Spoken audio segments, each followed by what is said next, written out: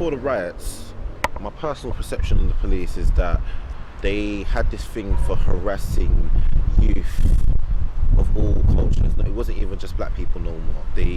I've actually seen them harass white people and Asian people a lot more than how the media likes to dictate that. It's just, oh yeah, it's black people that are causing problems.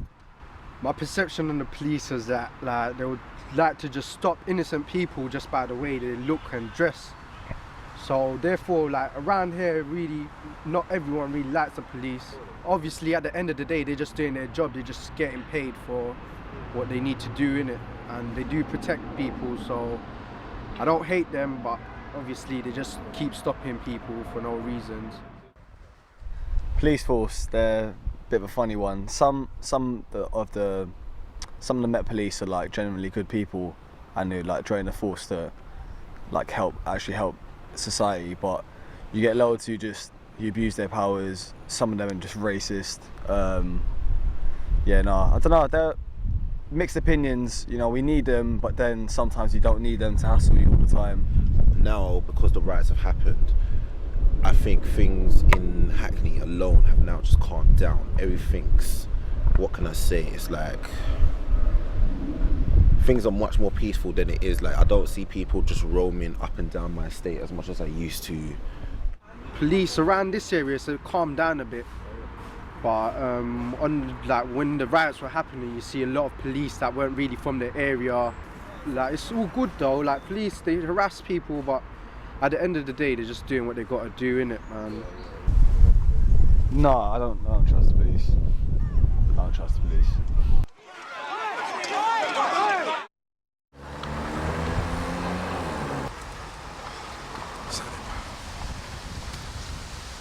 Hackney, yeah, definitely. Hackney's a lot more quiet than it used to be. It used to be something always going on, but nowadays it's just a bit more quiet.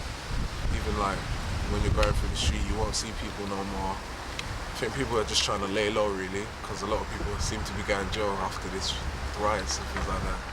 Why do I think the riots happened? Do you know what? There's numerous reasons why I personally believe I think the riots happened. People not being listened to, people not being heard, slashing in the budgets of youth provisions such as youth centres and so on and so forth. Some people use it as an excuse because someone had died at the time, a figure in their community, and then they just use it as an excuse. And then on the other hand, I think people just got fed up and then just said, you know what, to be honest.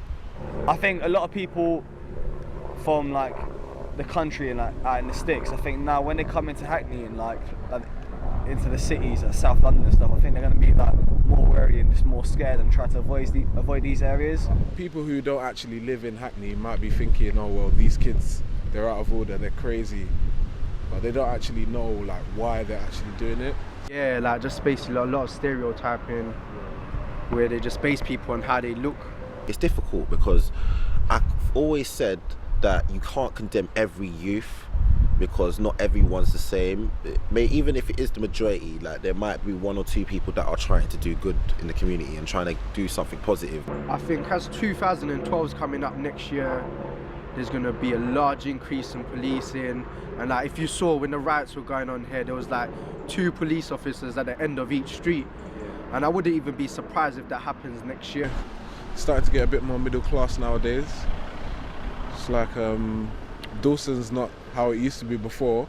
It's like it used to be predominantly black people down there, now it's like predominantly white people, and there's like a lot of indie folk down there, and it's like there's a lot of different ethnicities around there, and it's pretty good. I like how everyone's getting together and just forming a bit of a community, really. Other than the death of Mark Duggan, not every person that was involved in the riots knew him, and it originally started as a peaceful protest. Because I've seen the video footage, I've seen his family walk down and march down with his friends and that, and yeah, it just got hijacked and people just saw it as a means to take the piss, and that's what I personally believe happened.